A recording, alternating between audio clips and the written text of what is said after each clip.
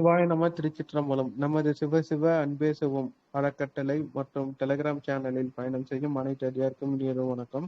இன்றைய சிறப்பு விருந்தினராக வந்திருக்கும் பிரியா மேடம் அவர்களை வருக என்று வரவேற்கிறேன். மேடம், உங்க டாபிக் சொல்லி அப்படியே ஸ்டார்ட் பண்ணிக்கோங்க. அனைவருக்கும் வணக்கம். என்னுடைய பெயர் பிரியா ஜெயகாந்த். நான் இதுக்கு முன்னாடி 2-3 மீட்டிங்ல உங்களோட பேசியிருக்கேன். இன்னைக்கு நம்மளோட தலைப்பு பட்டினியே சிறந்த மருந்து அப்படின்றது கொடுத்திருக்கோம். எல்லாருக்குமே ஒரு கேள்வி மனசுல இருக்கும், பட்டினி மருந்தா எப்படி இருக்க முடியும் அப்படிங்கிற கேள்வி. அது தொடர்பா நம்ம கொஞ்சம் விளக்கமா நம்ம இன்னைக்கு நிகழ்வுல நமக்கு பேசலாம்.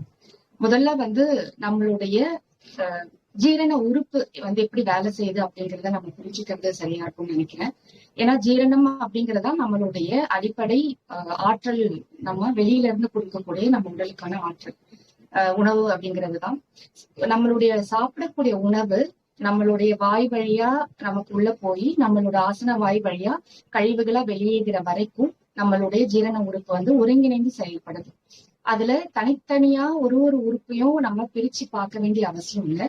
நம்ம எப்படி ஒரு வாயை எடுத்து நம்ம வாயில வைக்கும் போது அந்த உணவு பல்லுல கடிச்சு அதுக்கப்புறம் அதோடைய வாயில உள்ள உமிழ்நீரோட சேர்ந்து அது ஒரு வித நொதித்தன்மை கிடைச்சு உள்ள போய் ஒவ்வொரு உறுப்பா நம்மளுடைய உணவு குழாய், நம்ம சுவாச குழாய் அப்படிங்கிற மாதிரி நம்ம உணவு குழாய், நம்மளுடைய சிறுகுடல், பெருங்குடல் அப்படின்னு சொல்லிட்டு பல்வேறு உறுப்புகளுக்கு அந்த உணவு சென்று சேருது. ஒரு இடத்துலயும் ஒரு விதமான நொதித்தன்மை நடைபெறுது. அதுக்கான என்சைம்னு சொல்லுவோம். அந்த என்சைம்ஸ் நம்ம உடல்ல தானாவே சுரக்கக்கூடிய ஒரு தன்மை இருக்கு. அப்படி இருக்கும் பொழுது அந்த உணவுல உள்ள சத்துக்கள், ஆற்றல் அப்படின்னு நம்ம சொல்ற சத்துக்கள் உணவுல இருந்து பிரிக்கப்பட்டு அது நேரடியா நம்மளுடைய ரத்தத்துல கலக்குது. நம்மளுடைய உடல் உறுப்புகளுக்கு அது ஆற்றலா செல்களுக்கு எடுத்து செல்லப்படுது. அது போக நம் சாப்பாட்டுல இருந்த கழிவுகள் என்னென்ன இருக்கோ, தேவையில்லாத தேவையில்லாத மார்பிட்னு சொல்லல, அது நம்மளுடைய கழிவா வெளியேறுது. கழிவு அப்படின்னு நம்ம எடுத்துக்கிட்டோம்னா வெறும் மலம் மற்றும் சிறுநீர் மட்டும் நம்மளோட உடல் கழிவு கிடையாது. நம்ம உடலுடைய தோல் ஆரம்பிச்சு ஒரு உறுப்புமே கழிவை வேற வேற வகைகள்ல வெளியேறுது. நம்மளுடைய வேர்வையில ஆரம்பிச்சு நம்மளுடைய தும்மல், நம்மளுடைய வாந்தி அது ரொம்ப நம்ம ஏதாவது ஒரு அசௌகரியம் நம்ம உடல்ல இருக்கும்போதுதான் மற்ற விஷயங்கள் வரும். அன்றாட கழிவுகள்னு பாத்தீங்கன்னா நம்மளுடைய வியர்வை, நம்மளுடைய சிறுநீர், நம்மளுடைய மலம் போன்ற கழிவுகள், எச்சல், அந்த மாதிரி விஷயத்துல நம்மளோட கழிவுகள் வெளியேறும். இந்த கழிவுகள் வெளியேறி மிச்சம் நம்ம உடல்ல இருக்கக்கூடிய இந்த ஆற்றல் நம்ம உடலுடைய உழைப்புக்கு, நம்மளுடைய அன்றாட வேலைகளுக்கு தேவையான ஆற்றல் எடுத்துக்கிட்டு மிச்ச ஆற்றல் சக்தியா மாற்றப்பட்டு நம்மள உடலுடைய வலிமைக்கு சேர்க்கப்படுது. அந்த மாதிரி ஆற்றல் சேர்ந்ததுக்கு அப்புறம் அது போக அதிகமான ஆற்றல் அந்த உணவுல இருந்து நம்ம உடலுக்கு கிடைச்சதுதான் அதை நம்ம உடல் சேமிச்சு வைக்கக்கூடிய தன்மை கொண்டுள்ளது. அதாவது ரிசர்வ் எனர்ஜி அப்படின்னு சொல்லிட்டு நம்ம இங்கிலீஷ்ல சொல்லுவோம் இல்லையா, அந்த மாதிரி நம்மளோட உணவுல இருந்து கிடைக்கக்கூடிய அதிகப்படியான நல்ல ஆற்றல்களை நம்ம உடல் வெளியேற்றாம அதனுடைய தேவைக்காக, அதனுடைய ஆற்றலுடைய பற்றாக்குறைக்காக சேமிச்சு வைக்கிறது. அந்த ஆற்றல் எப்ப நமக்கு உபயோகப்படும் அப்படின்னா, நம்ம சாப்பிட முடியாம இருக்க சூழல், நமக்கு தேவையான அளவு உணவு மூலமாகவோ குடிநீர் மூலமாகவோ நமக்கு சத்து கிடைக்காத சூழல்கள்ல அந்த ஆற்றல் செரிமானம் செய்யப்பட்டு அது நமக்கு திரும்பவும் ஆற்றலா மாற்றப்படுது. இந்த பகுதியை பத்தி தான் நம்ம பட்டினி அப்படிங்கிற விஷயத்துல இருந்து நம்ம புரிஞ்சுக்க போறோம். அதாவது ஃபாஸ்டிங் அப்படின்னு நம்ம சொல்லுவோம் இல்லையா, ஃபாஸ்டிங் இருக்கக்கூடிய முறைகள் என்னென்ன, அது இருக்கிறதுனால அதனால என்னென்ன பெனிஃபிட்ஸ் நமக்கு கிடைக்குது அப்படிங்கறத நம்ம பேச போறோம். இப்போ நம்மளுடைய அந்த செரிமானத்துக்கு தேவையான அளவு நம்ம 2 விஷயம் நம்ம புரிஞ்சுக்கிறோம். ஒண்ணு, நம்மளுடைய அன்றாட தேவைக்கான அளவான உணவை நம்ம சாப்பிடும்போது அந்த ஆற்றல் சரியான விகிதத்துல நம்ம உடல்ல சேர்ந்து நம்மளுடைய செல்களுக்கும் நம்மளுடைய ஜீரண உறுப்புல இருந்து நம்மளுடைய ரத்தத்துக்கும் நம்ம கடத்தப்படுது. அப்படி அதிகம் அந்த மாதிரி அளவா நம்ம பார்த்து சாப்பிட்டோம்னா எந்தவித குறையும் கிடையாது. தேவை அறிஞ்சு நம்ம சாப்பிடும்போது எந்தவித பிரச்சனையும் நமக்கு உடல்ல வரப்போறது இல்லை. அப்படியே அந்த அளவு தெரியாம நம்ம சாப்பிடுற பொழுது அந்த கூடுதலான ஆற்றலோ அல்லது நம்ம சாப்பிடக்கூடிய உணவுல சத்து, அதாவது ரசாயனம் கலந்த ஒரு உணவா அப்படி இருந்ததுன்னா அந்த உணவு எப்படி செரிமானம் செய்யப்பட்டு வெளியேற்றப்படுதோ அந்த அந்த பகுதிகளை பொறுத்து எவ்வளவு நம்ம பெர்சன்டேஜ் அந்த மாதிரி நடக்குதோ அதை பொறுத்துதான் நம்ம உடல்ல கழிவுகள் தேங்கக்கூடிய தன்மையும் வந்து அதை டிபெண்ட் பண்ணிதான் இருக்கு. சோ அந்த காரணத்துக்காக நம்ம முதல்ல நம்மளுடைய பசி அறிஞ்சு நம்ம சாப்பிடணுங்கிறது நம்ம பல முறையா சொல்லிட்டு இருக்கோம். அது வந்து அடிப்படை. ஒருவேளை நம்மளால பசியே அறிய முடியல, ஏன்னா நம்மளுடைய வாழ்க்கை முறை எப்படி இருக்குன்னா, இப்போ 3 வேளை உணவு, இடையில காஃபி, டீ போன்ற திரவ உணவுகள் எடுத்துக்கிறோம். அடுத்தது நம்ம வெளியே போறோம், ஒரு பார்ட்டி போறோம்னா நம்ம உணவு தேவைக்கு அதிகமான உணவுகள் எடுத்துக்கிறது, ருசிக்கு நம்ம அடிமையாகி அதுக்கு தேவையான உணவு எடுத்துக்கிறது, அப்புறம் ரசாயனம் கலந்த உணவுகள். இப்ப எல்லா உணவுகளுமே ரசாயனம் கலந்துருக்கு. இந்த மாதிரி பல்வேறு விதத்துல நம்மளுடைய அந்த தேவை வந்து சரியான விகிதத்துல நம்ம உடல சேராம அதிக அளவு சேர்றதுதான் வந்து முக்கிய காரணமா இருக்கு எல்லா நோய்களுக்கும் அப்படிங்கறத நம்ம பல முறையை நம்ம பார்த்திருக்கோம். அக்குபஞ்சருடைய அடிப்படை தத்துவம் அதுதான். அதுக்காகதான் நாம வந்து பசி அறிந்து சாப்பிடணும், பசிக்காத நேரத்துல சாப்பிடக்கூடாது அப்படிங்கறது அடிப்படை கொள்கையா நம்ம வந்து கடைபிடிச்சிட்டு வந்துட்டு இருக்கோம். இப்போ அந்த பசி அப்படிங்கறத விஷயத்த நம்ம பார்க்கணும். அதுக்கு முன்னாடி நம்ம நிறைய சித்தா மருத்துவமா இருந்தாலும், திருமூலருடைய பாடல்களா இருந்தாலும் சரி, நம்மளுடைய திருக்குறளா இருந்தாலும் நிறைய உணவு பற்றியும் மருந்து அப்படிங்கிற ஒரு அதிகாரத்துல திருக்குறள்ல 10 குறள்கள் இருக்கு. சோ அது அவங்க என்ன சொல்ல வராங்க அப்படிங்கறத நம்ம பார்க்கணும். பட்டினியே சிறந்த மருந்து அப்படிங்கறதும் ஒரு வார்த்தை நமக்கு வந்து முன்னோர்கள் சொல்லிட்டு போன வார்த்தை தான். பட்டினியே சிறந்த மருந்து அப்படிங்கும் பொழுது அதுல எல்லா விதமான அர்த்தமும் பொதிந்திருக்கு. மருந்து அப்படிங்கிற ஒரு விஷயம் நமக்கு தேவை கிடையாது எப்பனா பட்டினிங்கிற அந்த விஷயத்த நம்ம ஃபாலோ பண்ணும்போது. அது எப்ப நம்ம ஃபாலோ பண்ணணும், எப்படி ஃபாலோ பண்ணணும்ன்றத பத்திதான் நம்ம இப்ப விளக்கமா பேச போறோம். திருக்குறள்ல ஒரு குறள் நீங்க எல்லாருமே கேள்விப்பட்டிருப்பீங்க. மிகினும் குறையினும் நோய் செய்யும் நூலோர் வழி முதலா எண்ணிய 3 அப்படின்னு சொல்லிட்டு ஒரு குறள் இருக்கு. அதுக்கு என்ன அர்த்தம் அப்படின்னு பார்த்தோம்னா, ஒருவருடைய உணவு அளவுக்கு மேல கூடனாலும் அளவுக்கு குறைவானாலும் வாதம், பித்தம், கபம் போன்ற பல்வேறு நோய்கள் அவனை வந்து சேரும் அப்படிங்கிறாங்க. அப்போ அளவு அப்படிங்கிற விஷயத்த நம்ம சரியா புரிஞ்சுக்கணும் அப்படிங்கிறது இந்த திருக்குறள் மூலமா சொல்லப்படுது. அளவு அப்படிங்கும் போது குறைவா, அதாவது சில இடங்கள்ல வந்து ஒருவேளை உணவு மட்டும் சாப்பிடுறாங்க, பற்றாக்குறை இருக்கு, அவங்களுக்கு வந்து வசதி குறைவா இருக்கு அப்படிங்கிறப்போ அவங்களால சரிவிகித உணவு எடுத்துக்க முடியாம இருக்கிறவங்களும் வந்து நோய்வாய்ப்படுறாங்க. அவங்க வந்து அனிமிக்கா இருக்காங்க அப்படின்னு சொல்லணும், இல்ல சோகை வந்து அவங்களுக்கு இருக்கு அப்படின்னு சொல்லி அதுவுமே வந்து தவறான ஒண்ணு. அதே நேரத்துல அளவுக்கு அதிகமா சாப்பிடுற விஷயமும் தவறான ஒண்ணு அப்படிங்கறத இந்த திருக்குறள் நமக்கு சொல்லக்கூடியது. அடுத்தது மருந்தென வேண்டாவாம் யாக்கைக்கு அருந்தியது அற்றது போற்றி இல்லேன் அப்படின்னு சொல்லிட்டு இன்னொரு திருக்குறள் இருக்கு. அப்போ என்ன அர்த்தம் இந்த இதுக்குன்னா, மருந்து அப்படிங்கிற ஒண்ணு வேண்டாம். எப்ப வேண்டாம் அப்படின்னா, நம்ம சாப்பிட்ட உணவு சரியா செரிச்சிருக்கா அப்படிங்கிறத அளவா அறிஞ்சு அதுக்கப்புறமா முழுமையா அது செரிமானம் அடைஞ்சு அது சக்தியா மாற்றப்பட்டது அப்படிங்கிற உறுதி நமக்கு கிடைச்ச பிறகு நம்ம சாப்பிட்டோம்னா அந்த உடலானது நம்மளுடைய சக்தி ஆற்றல் மட்டுமே அது கொடுக்கும், நல்ல ஆற்றலை மட்டுமே கொடுக்கும். தேவையற்ற நோய்களை அது உருவாக்குவதற்கு வாய்ப்பு இல்லை அப்படிங்கறதா இந்த திருக்குறள் சொல்றது. அந்த சமயத்துல நமக்கு மருந்துங்கிற ஒண்ணு தேவைப்படாது. அப்போ நம்ம என்ன பார்க்கணும் அப்படின்னா, நம்ம சாப்பிட்ட உணவு சரி விகிதமா செரிச்சிருக்கா, நம்ம உடலுக்கு திரும்பவும் ஆற்றலுக்கு உணவு தேவைப்படுதா அப்படிங்கிறத நம்ம பார்த்து சாப்பிடணும் அப்படிங்கறத இந்த திருக்குறளுடைய அடிப்படை. அற்றால் அறிவறிந்து உங்க அஃதுடம்பு பெற்றான் நெடிதுய்க்கும் ஆறு அப்படின்னு சொல்லிட்டு இன்னொரு குறள் இருக்கு. நம்ம இதுவும் அந்த இதுக்கு முன்னாடி பார்த்த நம்ம திருக்குறளுடைய அதே அர்த்தத்தை தான் இன்னும் சொல்லுது. உண்ட உணவு செரித்ததையும் உண்ணப்போற உணவனுடைய அளவையும் அறிஞ்சு சாப்பிட்டோம்னா நீண்ட நாள் நம்மளுடைய வாழ்க்கை இருக்கும் அப்படிங்கறதா இந்த திருக்குறள் சொல்லுது. முன்னாடி சொன்னது வந்து மருந்து தேவையில்லை அப்படின்னு சொன்னாங்க. இப்ப என்ன சொல்றாங்கன்னா, மருந்து இல்லாம நம்ம வாழ முடியும் அப்படின்னா அளவா சாப்பிடுங்க, அளவறிஞ்சு சாப்பிடுங்க. அப்போ அளவறிஞ்சு சாப்பிடும் பொழுது நம்ம அதிக நம்மளுடைய ஆயுள் வந்து கூடும் அப்படிங்கறதுதான் அடுத்த குறள். அதாவது நோய் இல்லாம நம்ம இருப்போம், ஆரோக்கியமா இருப்போங்கிறத இந்த குறள் சொல்றது. இன்னொரு குறள் அதே மாதிரி, அற்றது அறிந்து கடைபிடித்து மாறல்ல துய்க்க துவா பசித்து அப்படின்னு சொல்லிட்டு இருக்காங்க. இதுவும் அதே அர்த்தத்தை சொல்லக்கூடிய மூன்றாவது குறள் தான். ஏன் இத்தனை முறை திருவள்ளுவர் பல்வேறு வார்த்தைகளை போட்டு பல்வேறு குறள்கள் அவர் சொல்லிட்டு போக வேண்டிய அவசியம் என்ன அப்படின்னா, நம்ம மருந்து அப்படிங்கிற அந்த அதிகாரம் என்ன சொல்ல வருது, மருந்து அப்படிங்கிற வார்த்தையே நமக்கு எல்லாருக்குமே தெரியும். இன்றைய நடைமுறையில மருந்துன்னு அப்படின்னா நம்ம அலோபதி மருந்துகள் நம்ம சாப்பிட்டு இருக்கோம். அந்த காலத்துல அவர் திருக்குறள் எழுதிய சமயங்கள்ல அந்த மருந்துங்கிற வார்த்தைக்கு அலோபதிங்கிற பொருள் கிடையாது. இது இயற்கை மருத்துவம் அப்படிங்கறதா வந்திருக்கும். அதுக்கு பிறகுதான் சித்தாவோ ஆயுர்வேதமோ எல்லாமே வந்திருக்கும்.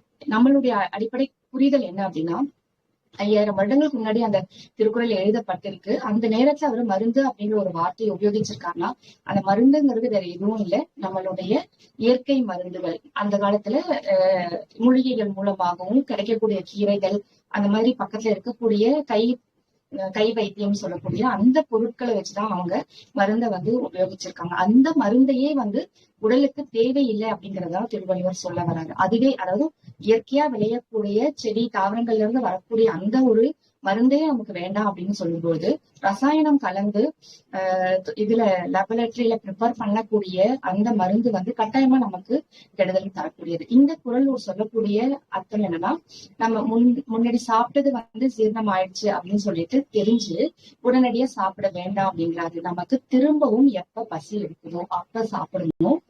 அதே நேரத்துல உடம்புக்கு ஒவ்வாத உணவை விலக்கி வைக்க வேண்டும் அப்படிங்கறத சொல்றாங்க. ஒருவருடைய உடலும் தனித்துவம் வாய்ந்தது அப்படின்றத நம்ம சொல்லியிருக்கோம். அப்ப தனித்துவம் வாய்ந்த அந்த உடல் எடுத்துக்கக்கூடிய அந்த உணவும் தனித்துவமாக தான் இருக்கணும். அவங்களுக்கு அதனுடைய ஜீரண சக்தியும் அதை உடல் ஏத்துக்கக்கூடிய சக்தியும் ஒவ்வொருத்தருக்கும் தனிமையானது. சிலருக்கு குளுமையான பொருட்கள் சாப்பிட்டா எதுவுமே செய்யாது. அதே ஒரு சிலர் குளுமையான பொருள் சாப்பிட்டு அடுத்த நிமிஷமே அவங்களுக்கு தும்மல் இருமல் வரக்கூடிய அந்த மாதிரி தொந்தரவுகள் வரக்கூடியதை நம்ம பார்த்திருக்கோம். நம்ம உடலை பல்வேறு விதமா பிரிச்சிருக்காங்க. அந்த மாதிரி ஒவ்வொருத்தருடைய உடல் வாகுக்கும் ஏற்றது போல நம்ம சாப்பிடக்கூடிய உணவு நமக்கு ஏற்றதா, நமக்கு அது உகந்ததா அப்படிங்கிறத பார்க்கணும் அப்படிங்கிறத இந்த திருக்குறள் மூலமா அவர் சொல்றது. மாறுபாடு இல்லாத உண்டி மருத்துவனின் ஊறுபாடு இல்லை உயிர்ப்பு. இது அடுத்த குறள். அப்ப என்ன சொல்ல வராங்க இந்த குறள் அப்படின்னா, ஒருவரோட உடம்புக்கு எந்த உணவு சேரலையோ, எந்த உணவு ஒவ்வாத உணவா இருக்கோ அதை நம்ம தவிர்த்திடணும். அப்படி தவிர்த்துட்டா நமக்கு துன்பம் இல்லை, நமக்கு நோயும் இல்லை அப்படிங்கறதுதான் இந்த குறள் சொல்றது. மாறுபாடு இல்லாத உணவு. மாறுபாடு அப்படின்னா நம்ம உடலுக்கு மாறுபட்ட உணவு அப்படிங்கிறது இங்க பொருள். நம்ம பொதுவா ஒரு உணவு பொருளை எடுத்துட்டு இது நல்லது உடலுக்கு, இது கெடுதல் உடலுக்கு அப்படிங்கறத நம்ம பிரிச்சு பார்க்க முடியாது. அதாவது இயற்கையான உணவுகளை நான் சொல்றேன். ரசாயனம் அதிகம் கலப்படம் இல்லாத இயற்கை உணவுகளை நம்ம எடுத்து ஒருத்தருக்கு இது நல்லது, ஒருத்தருக்கு இது கெட்டதுங்கிறத சொல்ல முடியாது. பொதுவாக இது எல்லாருக்கும் நல்லது, எல்லாருக்கும் கெட்டதுங்கிறத நம்ம சொல்ல முடியாது. ஒருவருடைய உடல் அந்த உணவை ஜீரணம் பண்ணக்கூடிய வயது, ஜீரணம் பண்ணக்கூடிய அந்த உடல் வாகு, ஜீரண உறுப்பினுடைய அந்த வலிமை அப்படிங்கிற பல விஷயங்களை பலதையும் சேர்த்துதான் இந்த உணவை நம்ம மாறுபாடு உள்ள உணவா இல்ல மாறுபாடு இல்லாத உணவா அப்படிங்கிறத நம்ம புரிஞ்சுக்கணும். அடுத்தது, இழிவறிந்து உண்டான்கண் இன்பம் போல் நிற்கும் கழிப்பேர் இறையான்கண் நோய் அப்படிங்கறது அடுத்த திருக்குறள். அவங்க இந்த திருக்குறளும் கிட்டத்தட்ட அதே அர்த்தத்துல தான் அவங்க சொல்லியிருக்காங்க. அளவுக்கு சிறிது குறைவாகவே உண்பவனிடம் இன்பம் நீங்காமல் நிற்பது போல அளவுக்கு மிகுதியாக உண்பவனிடம் நோய் நீங்காமல் இருக்கும் அப்படிங்கிறாங்க. அப்போ நம்ம உடல் தேவை இருக்கோ அந்த அளவை நம்ம சரியா புரிஞ்சு அதை விட குறைவா சாப்பிடணும் அப்படிங்கிறது இந்த குறள் சொல்லுது. அப்படி குறைவா சாப்பிட்டாங்கன்னா அவங்க எப்பவுமே இன்பமா இருக்கலாம். அதே மாதிரி நம்மளுடைய அளவுக்கு அதிகமா நம்ம சாப்பிடும்பொழுது நமக்கு எப்பவுமே நோயோட தான் நம்ம இருப்போம் அப்படிங்கிறதுதான் இந்த குறள் நமக்கு சொல்லுது. இதுவும் அதே உணவினுடைய மாறுபாடு பத்தி தான் சொல்லுதே தவிர அளவை பத்தி இந்த குறள்ல நமக்கு தெளிவா சொல்றாங்க. அடுத்தது, தீயல வன்றி தெரியான் பெரிதுமின் நோயல வன்றி பற்றும். அதாவது தீமையான உணவு எது, பசியினோட அளவு எது, தீ அப்படிங்கிற சொல்றது ஜீரணத்தை குறிக்கிறாங்க. பசி ஏற்படும் போது நம்ம வயிற்றுக்குள்ள ஒரு சின்ன ஒரு வெப்பம் உருவாகுது இல்லைங்களா, அதுதான் அந்த தீ. பசி அப்படிங்கிற விஷயத்தான், நம்மளுடைய வயிற்றுல ஏற்படக்கூடிய பசிங்கிற விஷயத்தான் இந்த குறள் சொல்லுது. பசியினோட அளவு அறியாமலும் ஆராயாமலும் அதிகமா நம்ம சாப்பிடும்போது அது நமக்கு நோயா கொண்டு சேர்க்குது அப்படிங்கிறது இந்த குறள் மூலமா நமக்கு தெரியுது. அடுத்தது, இந்த மாதிரி பலவிதமான உணவு முறைகளே அவர் பரிந்து வச்சுட்டு அடுத்து நோய் வந்தால் அதை எப்படி குணப்படுத்துறது அப்படிங்கறதும் அவங்க சொல்றாங்க. எல்லாருக்குமே இந்த குறள் பரிச்சயமான குறள் தான். நோய் நாடி நோய் முதல் நாடி அது தணிக்கும் யாவருக்கும் வாய்நாடி வாய்ப்பை செயல் அப்படிங்கிறது என்ன அப்படின்னா, அதற்கான அர்த்தம் நம்மளுடைய உடல்ல என்ன நோய் வந்திருக்கு, அதுக்கு என்ன காரணமால அந்த நோய் வந்திருக்கு, அந்த நோயை தீர்க்கறதுக்கான வழி என்ன அப்படின்றத எல்லாத்தையுமே ஆராயக்கூடிய சிகிச்சை முறை செய்யணும் அப்படிங்கிறது அவங்க சொல்றாங்க. அப்போ எல்லாத்தையுமே ஆராயக்கூடிய சிகிச்சை முறைனா முழுமையான மருத்துவ முறை, நம்மளுடைய பாரம்பரிய மருத்துவ முறைகள் எல்லாமே முழுமையடைஞ்ச மருத்துவ முறைகள் தான். சித்தா எடுத்துக்கிட்டாலும் சரி, ஆயுர்வேதம் எடுத்துக்கிட்டாலும் சரி, நம்மளுடைய யுனானி போன்ற பல மருத்துவ முறைகள், இயற்கை மருத்துவம் எல்லாமே ஒரு அதற்குன்னு சில விதிமுறைகள் வச்சிருக்காங்க. நோயை கண்டறியறதுக்கான விதிமுறை, பார்த்தறிதல் அப்படிங்கிற விஷயமே கூட ஒரு பெரிய வயதான ஒரு சித்த மருத்துவர்கிட்ட நீங்க போனீங்கன்னா அவங்க நம்ம முகத்தை பார்த்தே நமக்கு என்ன நோய் இருக்கு அப்படிங்கிறத கண்டுபிடிச்சிருவாங்க. என்னன்னா, முகத்துல நமக்கு 5 மூலகங்களுடைய பிரதிபலிக்கக்கூடிய வெளி உறுப்புகள் நம்ம முகத்துல இருக்கு. அந்த உறுப்புகளை நம்ம கண்ணுடைய நிறத்தை வச்சோ இல்ல கண்ணுக்கு கீழே உள்ள கரு வளையம் வச்சோ அந்த கண் சோர்வா இருக்கு, நமக்கு சரியான தூக்கம் இல்லை அப்படிங்கறத அவங்க கண்டுபிடிப்பாங்க. அதே மாதிரி அந்த காலத்துல எல்லாம் டாக்டர் கிட்ட போனோம்னா நாக்கு பாப்பாங்க, நாக்கு காமிங்கன்னு சொல்லுவாங்க. கண்ணு கீழே பாப்பாங்க, பிளட் இருக்கா அப்படின்னு, நெகத்தை பாப்பாங்க. அந்த முறைகள்லாம் இப்ப மாறி போயிடுச்சு.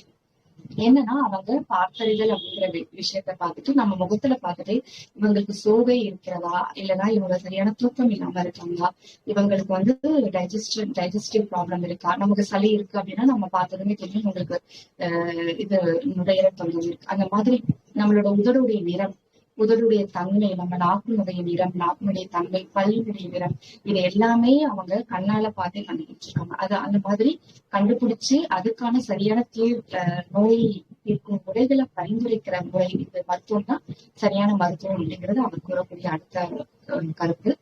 அடுத்தது, உற்றவன் தீர்ப்பான் மருந்தழை செவ்வான் என்று அப்பால் நூற்கூற்றே மருந்து. இங்க என்ன சொல்றாங்கன்னா, என்ன நோய்னு பார்த்தும் அதை சரியான முறையில கண்டுபிடிச்சு சரியான சிகிச்சை கொடுக்கணும் அப்படிங்கிறாங்க. அதை யார் கொடுக்கணும் அப்படிங்கறது இந்த கருப்பொருள்ல சொல்லுவாங்க.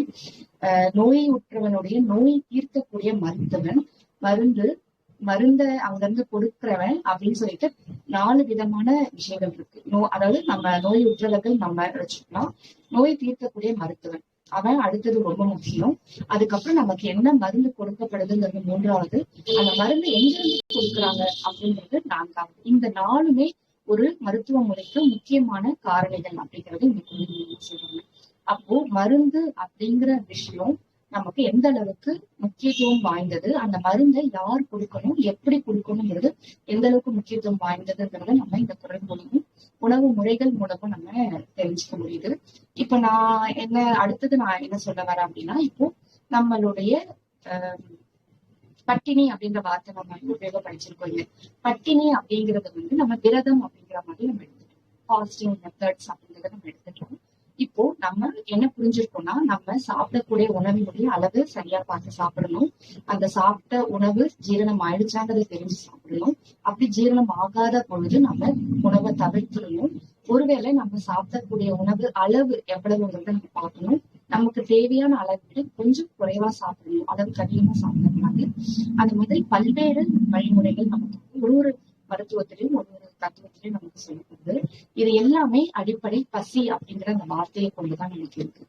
அப்போ நம்ம பசியை எப்படி தெரிஞ்சுக்கலாம் அப்படிங்கிறதுக்காக தான் நம்ம விரத முறையில நம்ம கடைபிடிக்க சொல்றோம். பசி அப்படிங்கிற ஒண்ணு இப்ப உண்மையா பார்க்க போனா யாருக்குமே சரியான முறையில அதை ஐடென்டிஃபை பண்ணக்கூடிய கெப்பாசிட்டி நம்ம குறைஞ்சிருச்சு. முக்கிய காரணங்கள், ரசாயனம் கலந்த உணவுகள் நம்ம பெரும்பாலும் நம்ம எடுத்துக்கிறது, நம்மளுடைய நாக்குல அந்த டேஸ்ட் பட்ஸ் சொல்லுவோம் இல்லையா, அந்த சுவையை தெரிஞ்சுக்கக்கூடிய அந்த தன்மை குறைவா இருக்கு. இப்போ எல்லாருக்குமே குறைவாதான் இருக்கு. அடுத்தது, நம்ம சாப்பிடக்கூடிய ரசாயனம் கலந்த பொருட்கள் நம்மளுடைய நாக்கினுடைய அந்த தன்மையை மாற்றி இருக்கு அப்படிங்கறதுதான் உண்மை.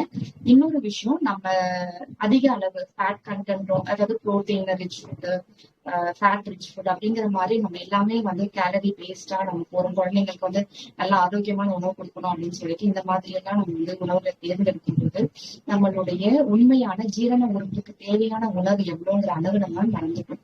அடுத்தது, அந்த அளவை நம்ம ரியலைஸ் பண்ணக்கூடிய தகுதியில நம்ம உடலும் இல்லை, நம்மளுடைய நாக்கும் இல்லை அப்படிங்கறதா உண்மை.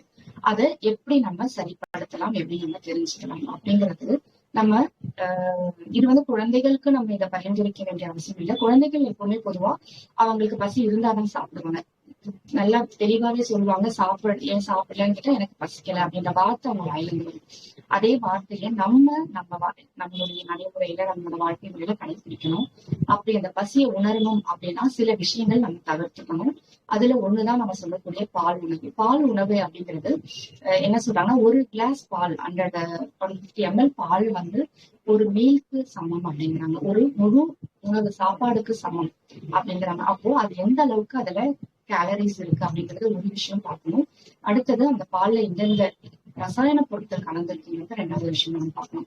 இது ரெண்டையும் நம்ம மனசுல வச்சுக்கிட்டு அந்த பாலை வந்து முதல்ல தவிர்த்துட்டோம்னா, டீயும் காஃபியும் குடிக்கிறத வந்து நம்ம முதல்ல தவிர்த்துட்டோம்னாலே நமக்கு சரியான நேரத்துல சரியான பசி தன்மை நமக்கு ஏற்படும்.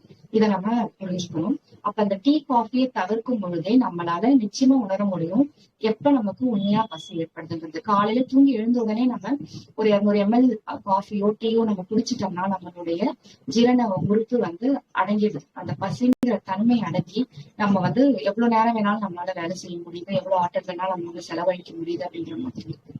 இப்போ நம்மளுடைய உடல்ல இருக்கக்கூடிய ஆற்றல் என்னென்ன விதமான வேலைகள் செய்யுதுங்கிறது நம்ம புரிஞ்சுக்கலாம். அதாவது நம்ம உடல்ல வந்து 3 விதமா நம்ம பிரிக்கணும். என்னென்ன மாதிரி ஆற்றல் பகிர்மானம் இருக்கு அப்படின்னா, ஒண்ணு இயக்க சக்தி, இயக்கத்துக்கான ஆற்றல் நம்ம உடலுக்கு தேவை. இன்னொன்னு பராமரிப்புக்கான ஆற்றல் நமக்கு உடம்புக்கு தேவை. அடுத்தது நோய்களை சரி பண்றதுக்கான பராமரிப்பு சக்தியை நமக்கு தேவை இருக்குது. அப்போ நம்ம உடல்ல நம்ம சாப்பிடக்கூடிய உணவுல இருந்து, அதாவது செரிமான சக்தி, அடுத்தது அதுக்கான உணவு, அதுக்கான ஆற்றல் நமக்கு தேவை. நம்ம சாப்பிடக்கூடிய உணவை செரிக்கிறதுக்கு நம்ம உடலுக்கு ஆற்றல் தேவை. சக்தி இருந்தாதான் அதனால செரிக்க முடியும். அந்த சக்தி எப்படி கிடைக்கும் அப்படின்னா, நம்ம இயக்க சக்தி அப்படிங்கிறத அதிகமா நம்ம உபயோகிச்சோம்னா, நம்ம வேலைகள் அதிகமா செய்யும் பொழுது எல்லா ஆற்றலும் இயக்க சக்திக்கு போயிட்டு செரிமானத்தை வந்து சரியான முறையில செய்ய முடியாது. அதே மாதிரி நமக்கு நோய்கள் அதிகமா இருக்கு அப்படின்னா அந்த நோய்களை குணப்படுத்துறதுக்கு உடல் தன்னுடைய ஆற்றலை செலவு பண்ணும்போது பராமரிப்பு சக்தியில அந்த ஆற்றலும் செலவழியும் போது நம்மளால செரிமான சக்தி சரியா இருக்காது. அப்போ ஒரு நபர் முழுமையான ஆரோக்கியமான நபரா இருக்கும் அப்படின்னா 3 விதமான ஆற்றல்களும் அவருக்கு சரி விகிதமா இருக்கணும். இயக்க சக்தி, செரிமான சக்தி, பராமரிப்பு சக்தி. அப்போ இயக்க சக்தி அப்படின்னும் பொழுது அதுதான் நம்மள வேலை செய்ய வைக்கிறது, நம்மளை இயங்க வைக்கிறது, ஆக்டிவா நம்மள வச்சிருக்கிறது இயக்க சக்தி. இயக்க சக்தி சரியா இருக்கணும் அப்படின்னா நமக்கு தேவையான ஆற்றல் தேவை, அதாவது உணவு மூலமா நம்ம உடலுக்கு தேவையான ஆற்றல் சரி விகிதமா கிடைக்கணும். அந்த ஆற்றலை நம்ம உடல் சரியா ஜீரணம் பண்ணி அந்த ஆற்றலா மாத்தனாதான் நம்ம உடலுக்கான அந்த இயக்க சக்திக்கான வேலை கிடைக்கும். அடுத்தது பராமரிப்பு சக்தி ரொம்ப குறைவான அளவுல நம்ம உடலுக்கு தேவை இருக்கணும். அதாவது நம்ம சாப்பிட்ட உணவை செரிக்கிறதுக்கான அடிஷனல் சப்போர்ட் அப்படிங்கிற மாதிரி சொல்லலாம். அதே மாதிரி நம்ம இயக்கத்தின் போது நமக்கு ஏற்படக்கூடிய வலிகள் தொந்தரவுகளை வந்து அது வந்து சரிப்படுறதுக்கான சக்தி சொல்லலாம். ஆனா நோயை குணப்படுத்துறதுக்கான சக்திக்கு பெரும்பான்மையான நம்மளுடைய பராமரிப்பு சக்தி செலவழியாம நம்ம பார்த்துக்கணும். அப்படின்னா பராமரிப்பு சக்தி மிக குறைவாதான் நம்ம உடலுக்கு தேவை. அதை ஒப்பிடும்போது இயக்க சக்தியும் செரிமான சக்தியும் சரியா இருந்தா நமக்கு பராமரிப்பு சக்தி தேவை இருக்காது அப்படிங்கறத நம்ம புரிஞ்சுக்கணும். அப்ப இயக்க சக்தி சரியா இருக்கணும்னா நம்மளுடைய செரிமானம் சரியா இருக்கணும். நம்ம சாப்பிடுற உணவு தேவையான அளவு சாப்பிடணும். ரொம்ப ஹார்ட் ஃபுட், எப்படி சொல்றது, ரொம்ப கேலரி உள்ள உணவுகள், ரொம்ப ஹெவியான ஃபுட்டு நம்ம சாப்பிடுறத தவிர்க்கணும். அப்படிங்கறது நம்ம புரிஞ்சுக்கிட்டோம்னா ஆட்டோமேட்டிக்கா இந்த 3 சக்திகளும் ஒன்றிணைஞ்சு நமக்கு தேவையான முழுமையான ஒரு ஆற்றலை நம்ம உடலுக்கு கொடுத்து நம்ம ஆரோக்கியமா வச்சுக்கிறதுக்கு உபயோகமா இருக்கு. அப்போ இந்த சக்திகள், இந்த பசிங்கிற விஷயத்த நம்ம தெரிஞ்சுக்கிறதுக்கு நம்ம என்ன பண்ணலாம் அப்படிங்கறது அடுத்தது.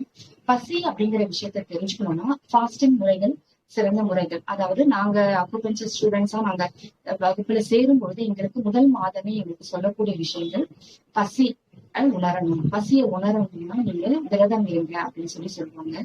பல விதமான விரத முறைகள் இருக்கு. அதாவது வாட்டர் ஃபாஸ்டிங் அப்படிங்கிற ஒரு விரத முறை, வெறும் தண்ணி மட்டுமே நம்ம தூங்கி எழுந்ததுல இருந்து நம்ம குடிச்சிட்டு இருக்கிறது.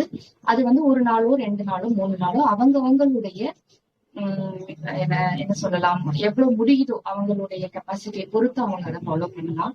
அதுக்கு ஸ்டார்டிங்ல என்னுடைய சஜஷன் என்னன்னா, ஒரே 1 நாள் மட்டும் நம்ம முயற்சி பண்ணலாம். அந்த என்னென்ன மாதிரியான ஃபாஸ்டிங் இருக்கு அப்படிங்கறத சொல்லிடுறேன். ஒண்ணு முழுமையா வெறும் தண்ணியை மட்டும் குடிக்கக்கூடிய ஒரு டைப் ஆஃப் விரதம். ரெண்டாவது வெறும் பழங்கள் மட்டுமே சாப்பிடக்கூடிய ஒரு விரதம். காலையில எழுந்ததுல நம்ம இரவு தூங்குற வரைக்கும் நம்ம வெறும் பழங்கள் மட்டுமே சாப்பிடக்கூடிய விரதம் இரண்டாவது முறை. அடுத்தது ட்ரை ஃபாஸ்டிங் அப்படின்னு சொல்லிட்டு இப்ப நம்ம ரம்ஜான் நோன்பு சமயம் இருக்கு இல்லையா, அதுல அவங்க என்ன செய்வாங்கன்னா எந்த தண்ணியும் குடிக்க மாட்டாங்க, எச்சில் முழுங்க மாட்டாங்க, எந்த உணவையும் எடுத்துக்க மாட்டாங்க. அதிகாலையில் அவங்க அதாவது சூரிய உதயத்துக்கு முன்னாடி சாப்பிடுறது உணவுக்கு அப்புறம் சூரியன் அஸ்தமனம் ஆகும்பொழுது 6 மணிக்கு மேலதான் அவங்களுடைய விரதத்தை அவங்க முடிப்பாங்க. இது மிக கடுமையான ஒரு விரதம், அதாவது கஷ்டமான ஒரு விரதம். எல்லாராலையும் எளிமையா இருக்கக்கூடிய விரதம் இல்லை. அடுத்தது ஒரு சிலருக்கு அந்த நீர் சத்து குறைபாடு ஏற்படுறதுக்கு வாய்ப்பு இருக்கு. அது யாருக்கு அந்த விரதம் உடம்புக்கு சரியா இருக்கு, அவங்களால அதை பண்ண முடியுது, அவங்களுக்கு அதிகப்படியான தொந்தரவுகள் இல்லை அப்படிங்கிற மாதிரி இருக்கிறவங்க இந்த ஒரு விரதத்தை கடைபிடிக்கலாம். இதை ரொம்ப கடைசி ஸ்டேஜா நம்ம வச்சுக்கலாம். எல்லா விதமான விரதங்களும் நம்ம இருந்து பழகி நம்ம எல்லாமே நமக்கு பழக்கப்பட்டதுக்கு அப்புறமா இந்த விரதம் இருக்கலாம். இன்னொன்னு இன்டர்மீடியன்ட் ஃபாஸ்டிங் அப்படிங்கிறது சில விதிமுறைகள் இருக்கு. இன்டர்மீடியன்ட் ஃபாஸ்டிங் அப்படிங்கும்போது ஒரே ஒரு சாப்பாடு சாப்பிடுறது, ஒரே ஒரு வேலை மட்டும் உணவு எடுத்துக்கிறது. பொதுவா அதை மதிய உணவா எடுத்துக்கிறாங்க. அப்போ என்ன ஆகும்னா, நம்ம தூங்கி எழுந்ததுல இருந்து நமக்கு ஆற்றல் ரொம்ப உடனடியா தேவைப்படாது. ஓரளவுக்கு நம்ம 2-3 மணி நேரம் வேலைகள் செய்யறோம் போது நமக்கு ஆற்றல் தேவைப்படுற சமயத்துல நம்ம உணவு எடுத்துக்கிறோம். ஒரு மணில இருந்து 2 மணிக்குள்ள அந்த மாதிரி உணவு எடுத்துட்டோம்னா அந்த எடுத்துக்கிட்ட உணவனுடைய ஆற்றல் அதோடைய ஜீரணமாகி அதோடைய சக்தியா அதை வெளிப்படும் போது நமக்கு இரவு வரைக்கும் அந்த உணவனுடைய ஆற்றல் நமக்கு முழுமையா கிடைச்சிருது. இரவு திரும்ப பசி எடுக்கும்பொழுது நம்ம எதுவுமே சாப்பிடாம நம்ம தூங்கிடலாம். ஏன்னா நம்ம தூங்குற நேரம் அப்படிங்கும்போது அதிகமான ஆற்றலும் தேவைப்படாது, நமக்கு உணவு தேவையும் குறைவா இருக்கு. அது ஒரு விதமான உணவு முறை. விரத முறை. இந்த விரத முறையை நம்ம பயன்படுத்தி பார்க்கலாம். இன்னொன்னு 2 முறை சாப்பிடுறது. ஒரு நாளைக்கு 2 வேளை மட்டுமே உணவு எடுத்துக்கணும். வேற கூடுதலா அதாவது உணவு அப்படின்னு எடுத்துட்டோம்னாலே தண்ணீர் தவிர மத்த எல்லாமே உணவு தான். நீங்க கஞ்சியா சாப்பிட்டாலும் சரி, கூழா சாப்பிட்டாலும் சரி, நீராகாரமா சாப்பிட்டாலும் சரி, ஜூஸா சாப்பிட்டாலும் சரி, அது எல்லாமே செரிமானம் தேவைப்படக்கூடிய விஷயங்கள். அப்படின் போது அது எல்லாமே உணவுலதான் சேருமே தவிர அது வெறும் தனிப்பட்ட முறையில நமக்கு லிக்விடு தானே, அது தண்ணி தானே, ஜூஸ் தானே அப்படிங்கிற கணக்குல அது சேராது. தண்ணீர் தவிர மற்ற எல்லாமே உணவு. அது திரவ உணவு, இது திட உணவு, அவ்வளவுதான் வித்தியாசம். அப்படி இருக்கும் பொழுது நம்ம ஒருவேளை உணவுனாலுமே மத்த எதுவுமே நம்ம மற்ற நேரங்களை சாப்பிடக்கூடாது, தண்ணியை தவிர. 2 வேளை உணவு அப்படின்னாலுமே நம்ம மற்ற உணவுகளையோ டீ காஃபியோ அந்த மாதிரி எதுவுமே சாப்பிடாம 2 வேளை உணவு மட்டுமே சாப்பிடணும். இப்போ ஒரு சிலருக்கு பழக்கப்பட்டு இருக்கும், காஃபி குடிக்கணும், டீ குடிக்கணும், அந்த மாதிரிலாம் இருக்கும்போது அந்த ஒரு வேளை உணவோடைய சேர்த்து பால் கலக்காம நம்ம ஒரு பிளாக் டீ, லெமன் டீ அந்த மாதிரி கூட குடிச்சுக்கலாம். அதாவது அதிக இடைவேளை கொடுக்காம உணவு சாப்பிட்டு அடுத்த ஒரு 5 நிமிஷத்துக்குள்ள நம்ம குடிக்கும்போது அது ஒரு முழுமையான உணவா நமக்கு வந்தது. அதே மாதிரி 2வது வேளை இது எப்படி நம்ம நேரம் பிரிச்சுக்கலாம் அப்படின்னா, காலையில ஒரு 8ல இருந்து 9 மணி வரைக்கும் ஒரு உணவை எடுத்துக்கலாம். வழக்கமா பிரேக்ஃபாஸ்ட் சாப்பிடக்கூடிய டைம் அந்த மாதிரி எடுத்துட்டு நடுவுல எந்த இதுவும் இல்லாம வெறும் தண்ணீர் தவிர மற்ற எந்த உணவும் எடுத்துக்காம திரவங்களும் எடுத்துக்காம மீண்டும் ஒரு 3 மணி அந்த மாதிரி நம்ம ஒரு உணவு எடுத்துக்கணும். 2 மணியோ 3 மணிக்கோ எடுத்துக்கும்போது அந்த ஒரு நாளைக்கு தேவையான அந்த நேரம் நமக்கு பேலன்ஸ் ஆகுது. ஒரு சிலர் 4 மணி 5 மணிக்கு கூட சாப்பிடுவாங்க. ஏன்னா காலையில சாப்பிடுறது அதுவே நமக்கு சக்தி கொடுத்துட்டு இருக்கு, ஆற்றல் கொடுத்துட்டு இருக்கு அப்படின்றது ஒரு 4 மணிக்கு கூட சாப்பிடலாம். அதுவுமே நம்மளுடைய உடலினுடைய தேவையை பொறுத்து, உடலுடைய தன்மையை பொறுத்து நம்மளா முடிவு பண்ணக்கூடிய விஷயங்கள். முதல் ஆரம்பத்துல நம்ம என்ன செய்யலாம், ஒரு வாட்டர் ஃபாஸ்டிங் ஆரம்பிக்கலாம். வாட்டர் ஃபாஸ்டிங் அதாவது ஃப்ரூட் ஃபாஸ்டிங் அப்படிங்கிறத முதல்ல ஆரம்பிக்கலாம். ஏன்னா ஏதோ ஒரு உணவை நம்ம எடுத்துக்கிறோம் இல்லைங்களா, எடுத்துக்கும் போது நமக்கு பெரிய வித்தியாசம் ஏற்படாது. நம்ம காலையில இருந்து நம்ம பழங்கள் சாப்பிட்டுட்டு நம்ம ஒரு நாள் முழுதும் நம்ம பழம் சாப்பிட்டு நம்மளால கடக்க முடியுது, அடுத்த நாள் வரைக்கும் இருக்க முடியுது அப்படின்னா அந்த உணவு எடுத்துக்கலாம். அப்படி இல்ல நம்மளால முடியல அப்படிங்கிற பட்சத்துல, அதாவது ஆரம்பத்துல நம்ம பயிற்சி செய்யும் போது நம்மளால முடியல, மத்தியானம் வரைக்கும் நான் இருந்துட்டேன் பழத்தோட, ஆனா எனக்கு சாப்பிடாம என்னால இருக்க முடியல, இரவு ஒரு லேசான உணவு, லைட் ஃபுட்னு சொல்லுவோம் இல்லைங்களா, அந்த மாதிரி ஒரு ஆவில நிகழ்ச்சி உணவு அந்த மாதிரி எடுத்துட்டு அந்த நாளை முடிச்சுக்கலாம். ஆனா மறுபடியும் நம்ம என்ன செய்யணும்னா, ஒரு வாரம் கேப் விட்டுட்டு அடுத்த முறை பண்ணும்பொழுது நம்ம முழுமையா ஒரு நாள் முழுக்க நம்ம பண்றதுக்கான முயற்சிகளை நம்ம செய்யணும். ஒரே சமயத்துல நம்ம கடுமையா ஒரு விரத முறையை நம்ம எடுத்து நம்ம செய்ய ஆரம்பிச்சோம்னா நம்ம உடல் எல்லாத்துக்குமே பழக்கப்படணும். அதை நம்ம பழகி அதை வந்து கம்ஃபர்ட்டா நம்ம கொண்டு போகும்போதுதான் எந்த ஒரு விஷயத்தையுமே உடல் எளிதா அடாப்ட் பண்ணிக்கும். அந்த பழக்கத்துக்கு கொண்டு வரது அப்படின்னா நம்ம கொஞ்சம் கொஞ்சமா செஞ்சா சரியா இருக்கும். இரவு மாலை வரைக்கும் முயற்சி அதாவது நம்மளுடைய இலக்கு வந்து ஒரு நாள் முழுக்க இருக்கணுங்கிறது. இன்னைக்கு காலையில இருந்து பழம் மட்டும் சாப்பிட்டுட்டு நாளை காலை வரைக்கும் அப்படி இருக்கணுங்கிறது நம்மளுடைய இலக்கு. ஆனா அந்த இலக்கை நம்மளால அடைய முடியல அப்படின்னா நம்ம இடையில நம்ம எப்ப ரொம்ப முடியாம இருக்கோ அப்ப நம்ம சாப்பிட்டுட்டு அந்த நாளை முடிச்சுட்டு திரும்ப நம்ம என்ன செய்யணும், நம்மளோட அடுத்த இலக்கு இன்னொரு நாள் முழுமையா அந்த ஃபாஸ்டிங் முறை இருக்கணும் அப்படிங்கறத மனசுல வச்சுட்டு நம்ம ஒரு வாரமோ 10 நாளோ நமக்கு எப்ப முடியுதோ இல்ல எப்ப நம்ம மனசு சொல்லுதோ அந்த மாதிரி முயற்சி பண்ணலாம். இதே மாதிரி நான் சொன்ன மத்த விஷயங்களும் வாட்டர் ஃபாஸ்டிங் அப்படிங்கிறது இதுக்கு அடுத்த லெவல். நம்மளால ஃப்ரூட் ஃபாஸ்டிங் இருக்க முடியுது, ஒரு 2 நாள் கூட நம்மளால ஃப்ரூட் ஃபாஸ்டிங் இருக்க முடியுது அப்படின்றது நமக்கு தெரிஞ்சிச்சு, நம்ம உடம்பு அதுக்கு வந்து ஒத்துழைப்பு கொடுக்க ஆரம்பிச்சிச்சுன்னு தெரிஞ்சுட்டா நம்ம வாட்டர் ஃபாஸ்டிங் போகலாம். வாட்டருங்கிறது வெறும் தண்ணி மட்டும்தான், வேற எந்த ஜூஸோ வேற எந்த லிக்விடோ நம்ம சாப்பிடக்கூடாது. தூங்கி எழுந்ததுல இருந்து நம்ம வெறும் தண்ணீர் மட்டும் எடுத்துக்கிட்டோம்னா வாட்டர் ஃபாஸ்டிங். அது கொஞ்சம் இதை விட கொஞ்சம் கஷ்டமான விஷயம் தான், ஆனாலும் நம்ம முயற்சி பண்ணோம்னா கட்டாயமா இருக்கலாம். அதுக்கு அடுத்த லெவல் ட்ரை ஃபாஸ்டிங் ட்ரை பண்றது. ட்ரை ஃபாஸ்டிங் அப்படிங்கிறது ரொம்ப ஒரு 3 நாட்கள் வரைக்கும் மேக்சிமம் நம்ம முயற்சி பண்ணலாம். அதாவது 3 நாட்கள் அப்படிங்கிறது எங்களுக்கு எப்படி சொல்லுவாங்கன்னா 72 மணி நேரத்துக்கு நீங்க எதுவுமே சாப்பிடாம இருக்கணும், தண்ணீரும் குடிக்காம உணவும் எடுத்துக்காம முழுமையா 72 மணி நேரம் நீங்க இருக்கணும் அப்படிங்கிறது. அது எல்லாராலையும் சாத்தியமாகாது. அது சாத்தியம் ஆகணும்னா முதல்ல ஒரு நாள் ஃபாஸ்டிங் ட்ரை பண்ணி அதுக்கப்புறம் அடுத்த நாளுக்கு அதை எக்ஸ்டெண்ட் பண்ணி நம்ம உடல்ல வந்து நம்ம தான் தயார்படுத்தணும். அது அந்த மனசுல நம்ம அந்த டிட்டர்மினேஷனோட நம்ம செய்யும் போது கட்டாயம் நம்மளால அதை ஃபாலோ பண்ண முடியும். இது என்னுடைய புரிதல் அப்படிங்கறத விட என்னுடைய அனுபவம் அப்படிங்கறதான்.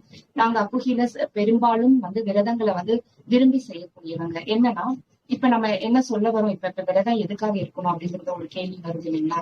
இந்த மாதிரி பல விதமான விரதங்கள் நம்ம இருக்கும் பொழுது நம்ம முதல்ல நம்ம என்ன புரிஞ்சுக்க முடியும் அப்படின்னா நமக்கு பசி அப்படிங்கிற உணர்வு உண்மையிலே எது அப்படிங்கறத நமக்கு புரிஞ்சுக்கணும். இவ்வளவு நாளா நம்ம பசி என்னன்னே தெரியாம டைமுக்கு சாப்பிட்டு பழகிட்டோம். ஏன்னா நம்மளுடைய வாழ்க்கை முறை அப்படி இருக்கு. ஏன்னா ஸ்கூல் போகணும், ஆபீஸ் போனோம்னா breakfast time, lunch time, dinner time நமக்கு ஸ்பெசிஃபிக்கா கொடுக்கப்பட்டிருக்கிறதுனால நம்ம அதை தாண்டி நம்ம ஒரு நேரத்தை கொண்டு போய் பாக்ஸ் ஓபன் பண்ணி வச்சுட்டு சாப்பிட முடியும். நடைமுறையில அது வந்து சிக்கல் இருக்கு. இருந்தாலும் நம்ம உடல் ஆரோக்கியம் இருக்கணும், நமக்கு எல்லாமே சரியா இருக்கணும்னு நினைக்கும் போது நம்ம விடுமுறை நாட்கள் சனி ஞாயிறுகள்ல நம்ம இந்த விரத முறைகளை முயற்சி பண்ணும் பொழுது நம்மளால பசிங்கிற உணர்வை மிக எளிதா புரிஞ்சுக்க முடியும். பொதுவா நமக்கு தடதடப்பா வருது, மயக்கமா வருது, தலைவலி வந்துருது, நான் கொஞ்ச நேரம் சாப்பிடல அப்படின்னு சொல்லுவோம் இல்லைங்களா. அந்த மாதிரி அறிகுறிகள் எதுவுமே வந்து பசி கிடையாது. அது எதனால அந்த அறிகுறிகள் வருதுன்னா நம்ம உடலை வந்து நம்ம ஒரு விதமான பழக்கத்துக்கு வச்சிருக்கோம். இத்தனை மணிக்கு சாப்பிடணும், இத்தனை மணிக்கு தூங்கணும் அப்படின்ற ஒரு பழக்கத்துக்கு கொண்டு வந்ததுனால அந்த நேரம் தவறும் பொழுது ஒரு சிறு அடாப்டிங் நம்ம உடல் வந்து அந்த ஆற்றல் குறைபாடை இல்லைன்னா அந்த நேரத்துக்கு வர வேண்டிய அந்த ஆற்றல்ல வந்து அது கிடைக்காத பொழுது அது உடல் அதை தகவமைச்சுக்கிறதுக்காக செய்யக்கூடிய ஒரு டிஸ்டர்பன்ஸ் தான் தவிர அது பசி கிடையாது. ஒரு சிலருக்கு வயிறு எரியற மாதிரி இருக்கு அப்படின்னு சொல்லுவாங்க, தாகமா இருக்குன்னு சொல்லுவாங்க. அப்ப நம்ம என்ன பண்ணணும்னா தண்ணி குடிச்சு பார்க்கணும். ஒருவேளை அதுதான் பசியை வந்து புரிஞ்சுக்கிறதுக்கான வழி. இந்த மாதிரி நம்ம பண்ணும்பொழுது உண்மையான பசி அப்படிங்கிறது நம்ம வயிற்றுல இருந்து நமக்கு ஒரு உணர்வா வெளிப்படும். அது வந்து நமக்கு துன்பத்தை கொடுக்காது, நமக்கு வந்து அறிகுறியாதான் வெளிப்படும். எந்த விதமான துன்பமும் இல்லாம. இப்போ நான் ஆரம்பத்துல ஒரு ஃபாஸ்டிங் மெத்தட் ஆரம்பிச்சு நான் கடைபிடிக்கும் பொழுது எனக்கு இந்த மாதிரி நிறைய டிஸ்டர்பன்ஸ் இருக்குது. என்னால அரை நாட்களுக்கு மேல இருக்க முடியல, நான் போய் சாப்பிட்டுட்டேன். ஆனா என் மனசு என்ன சொல்லிட்டே இருந்ததுன்னா ஏன் நம்மளால முடியல, எல்லாரும் இருக்க முடியும், நம்மளால ஏன் முடியலன்றது ஒரு கேள்வி. அந்த கேள்விக்காக நான் திரும்ப அடுத்த முறை நான் பண்ணும்பொழுது எனக்கு அந்த தலைவலி ஏற்படுறதோ அந்த தடதடப்பு ஏற்படுறதோ அந்த மயக்கம் ஏற்படுறதோ குறைய ஆரம்பிச்சது.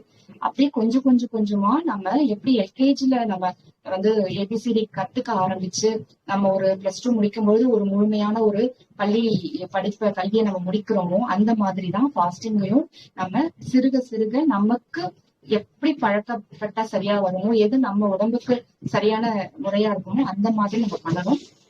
அதாவது நம்ம பண்ணியே ஆகணும் அப்படிங்கிற ஒரு குறிக்கோளோட நம்ம உடலை கஷ்டப்படுத்தும் போது நம்ம மனமும் சேர்ந்து அங்க வந்து துன்பப்படுது. அந்த மாதிரி நமக்கே தெரியும், ஸ்ட்ரெஸ் ஆயிடும்.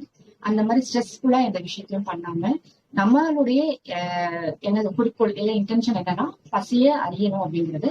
பசி அறியணும்னா நம்ம உணவு எடுத்துக்காம இருக்கணும், ஃபாஸ்டிங் இருந்து பார்க்கணும். அந்த ஃபாஸ்டிங் எந்த விதமான ஃபாஸ்டிங் நம்ம உடம்புக்கு சரியா இருக்கும், நம்ம மனசுக்கு இல்லைன்னா நம்மளோட வேலை சூழலுக்கு எது சரியா இருக்கும்ன்றதை நம்மளா தேர்ந்தெடுத்து அந்த வகையான ஒரு ஃபாஸ்டிங்கை நம்ம ஆரம்பத்துல கடைபிடிக்கலாம். அதன் பிறகு ஒண்ணா நம்ம எக்ஸ்டெண்ட் பண்ணிட்டே போகலாம். அடுத்த லெவல் நம்ம எக்ஸ்டெண்ட் பண்ணிட்டே போகும்போது அந்த ஃபாஸ்டிங் உடைய தன்மை நமக்கு புரிய ஆரம்பிச்சிடும். அந்த நேரத்துல நமக்கு அந்த அளவுக்கு உடல் நமக்கு என்ன சொல்றதுன்னா அவ்வளவு ஒரு புத்துணர்வான ஒரு இதை கொடுக்கும். நம்ம அந்த ஃபாஸ்டிங்கை முடிச்சதுக்கு அப்புறம், நீண்ட நாள் ஃபாஸ்டிங் இருக்கிறவங்க பாத்தீங்கன்னா அதை முடிச்சதுக்கு அப்புறம் அவங்களுடைய முகம் பொலிவா ஆகுறதும், அவங்க பிளட் வந்து பியூரிஃபை ஆகிறதையும் நம்மளால பார்க்க முடியும். அதே நேரத்துல நீங்க ஃபாஸ்டிங் இருக்கிற சமயத்துல நமக்கு சிறுநீர் நம்ம கழிக்கும் பொழுது நம்ம சின்ன வயசுல இருந்து சாப்பிட்டுட்டு வந்து அந்த மருந்து உடைய வாசத்தை வந்து நம்மளால உணர முடியும். சிறுநீரோ மலமோ நம்ம கழிக்கிறோம் அப்படின்னா நம்ம அந்த மருந்தினுடைய அந்த ஸ்மெல் வந்து நம்மளால உணர முடியும். என்ன காரணம் அப்படின்னா நம்ம உடல்ல ரத்தத்திலையும் நம்ம செல்கள்லயும் அந்த மருந்தினுடைய தன்மை கலந்துருக்கு இல்லைங்களா. நம்ம ரத்தத்தோட கலந்துதானே அந்த ஆற்றலோட கலந்து அது பகிர்மானம் ஆயிருக்கு.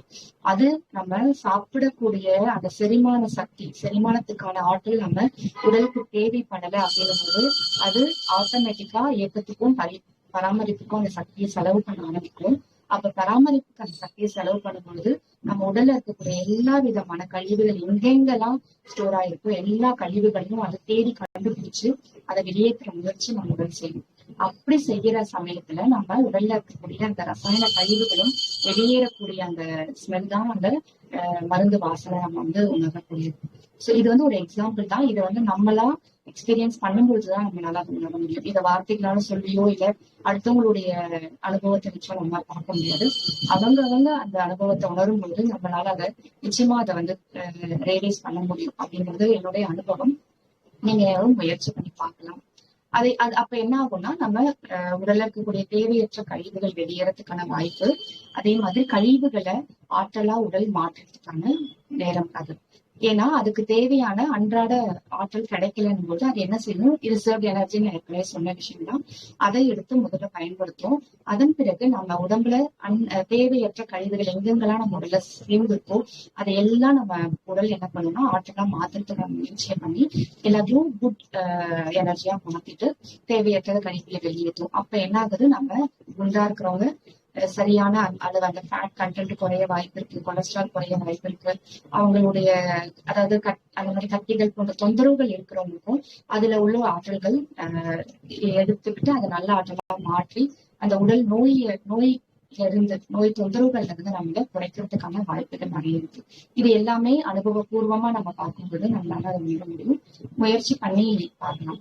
இப்போ அடுத்தது நம்ம பசியை உணர்ந்துட்டோம், நம்மளோட உடல்ல இருக்கக்கூடிய தேவையற்ற கழிவுகள் நம்மளுடைய இந்த உணவு முறையினாலையும் இந்த விரத முறையினாலையும் நமக்கு கிடைச்சிருக்கு அப்படிங்கும்போது நமக்கு அடுத்த முறை நம்ம உணவு சாப்பிடும் பொழுது கட்டாயமா நம்ம சாப்பிடக்கூடிய அளவு குறைய ஆரம்பிக்கும். நம்மளுடைய நாக்குல உள்ள அந்த சுவைத்தன்மை டேஸ்ட் பட்ஸ் வந்து அழகா வேலை செய்ய ஆரம்பிக்கும்.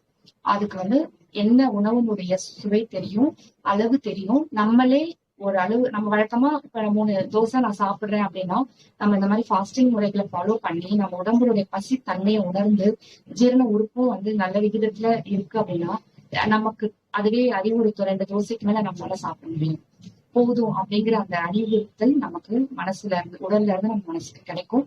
நம்ம வந்து உணவை ஸ்டாப் பண்ணிடுவோம். இது வந்து ஒரு இதுக்காக எக்ஸாம்பிளுக்காக சொல்ற அளவு அவங்கவுங்க ஒவ்வொருத்தருடைய உணவு அளவு வேற வேற மாறும். அந்த உணவுனுடைய அளவை நமக்கு குறைக்கக்கூடிய தன்மை இந்த ஃபாஸ்டிங் பண்ணும்பொழுது நம்ம வந்து உணர முடியும். அடுத்தது அது குறையும் பொழுது என்ன ஆகுது, நம்ம உடல் ஆரோக்கியமா மாறுது. தேவையற்ற விஷயங்கள் எல்லாமே முடிஞ்சு நமக்கு ஆரோக்கியமா ஆகுது. நமக்கு மருந்து அப்படிங்கிற ஒரு விஷயம் நமக்கு தேவையே கிடையாது. அததான் வந்து பட்டினியே சிறந்த மருந்து அப்படிங்கிற அந்த வார்த்தை நமக்கு புரிய வைக்குது. சோ உங்களுக்கு ஏதாவது கேள்விகள் இருக்கு அப்படின்னா ஃபாஸ்டிங் மெத்தட்ல இல்ல எப்படி ஃபாஸ்டிங் இருக்கணும், எப்படி உணவுடைய ஜீரணத்தை வந்து எப்படி புரிஞ்சுக்கணும் அப்படிங்கிற மாதிரி கேள்விகள் இருந்தா கேட்கணும். யாருக்கா இருந்தாலும் எந்த கேள்வி இருந்தாலும் கேட்கலாம். தேங்க்யூ மேடம், ரொம்ப ரொம்ப அருமையா இருந்தது நீ கிளாஸ். பயங்கரமா நிறைய விஷயத்த வந்து உண்மையிலேயே புட்டு வச்சிருக்கீங்க. ஏன்னா வந்து யாருமே இந்த அளவுக்கு வந்து வெளிப்படையா பேசுறது கம்மி ஆக்சுவலி. ஏன்னா நிறைய டாபிக் ஓரியன்டா நம்ம சேனல்ல போறோம். ஃபாஸ்டிங்ல ட்ரை ஃபாஸ்டிங் இருக்கு, ஏகப்பட்ட ஃபாஸ்டிங் ரகங்கள் இருக்கு. உங்களுக்கு யாருக்குன்னா டவுட் இருக்கா? டவுட் இருக்கணும், டவுட் கேட்கலாம். கேள்வி கேளுங்கள், அப்புறம் வந்து விடை வரும். Madam good evening madam. Madam good evening madam. சொல்லுங்க சார். மேடம் இப்போ வந்து ஆட்டோமின் டிசீஸ்லாம் வந்து ஃபாஸ்டிங்ல குணமாக வாய்ப்பு இருக்கா? ஆட்டோமின் டிசீஸ்லாம் இருக்குங்களே.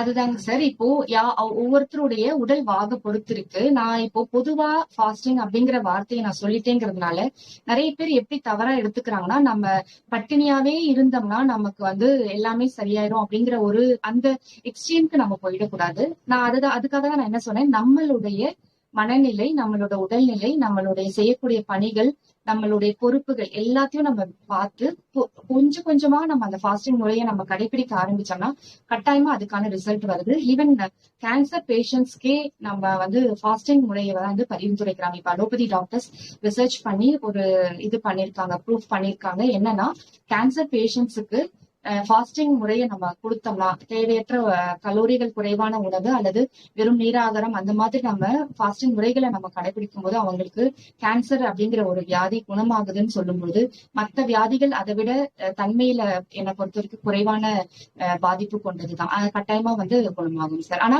நம்ம எப்படி இருக்கும் அப்படிங்கறத பொறுத்து எடுத்த உடனே டு த எக்ஸ்ட்ரீம் நம்ம போக வேண்டாம். ஒண்ணு ரொம்ப பொறுமையா கொஞ்சம் கொஞ்சமா நம்ம அதை ஃபாலோ பண்ண ஆரம்பிச்சு அதே மாதிரி நான் சொன்ன விதம் தான் ஒவ்வொருத்தருக்கும் ஒரு விதமான ஃபாஸ்டிங் வந்து ஹெல்ப் பண்ணும்.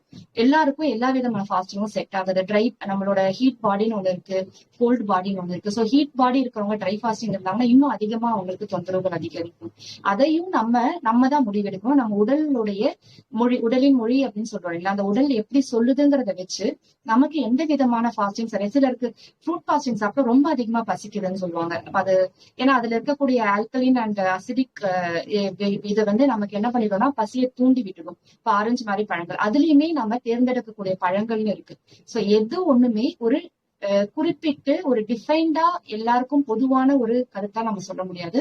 அவங்கவங்க உடலுக்கு தகுந்த மாதிரி அவங்கவங்களுடைய பிரச்சனைகள் தொந்தரவுகளுக்கு தகுந்த மாதிரி அவங்க எல்லாத்தையும் ஒரு முறை முயற்சி பண்ணி பார்த்துட்டு எது அவங்களுடைய உடலுக்கு தொந்தரவு இல்லாம கம்ஃபர்டபுளான ஒரு ஃபாஸ்டிங் முறையா இருக்கோ அதை அவங்க கடைபிடிக்கலாம் சார். கட்டாயமா ஆனா ஃபாஸ்டிங் இருக்கும் பொழுது நமக்கு நான் அதை தான் சொல்ல வரேன், அந்த செரிமானத்துக்கான சக்தி நமக்கு குறையும் பொழுது அது ஆட்டோமேட்டிக்கா பராமரிப்புக்கும் நம்ம இயக்கத்துக்கும் நமக்கு அந்த சக்தி வந்து செலவு பண்ணப்படுது நம்ம உடலால. சோ அதனால கட்டாயம் அவங்களுக்கு பெனிஃபிட் இருக்கும். ஆனா அவங்க பொறுமையா அதை ஒரு அனலைஸ் மாதிரி பண்ணி அவங்களுக்குள்ளாவே ஒரு ரிசர்ச் மாதிரி மனசளவுல பண்ணி அவங்களுக்கான முறையை தேர்ந்தெடுத்து அவங்க ஃபாலோ பண்ணுவாங்க.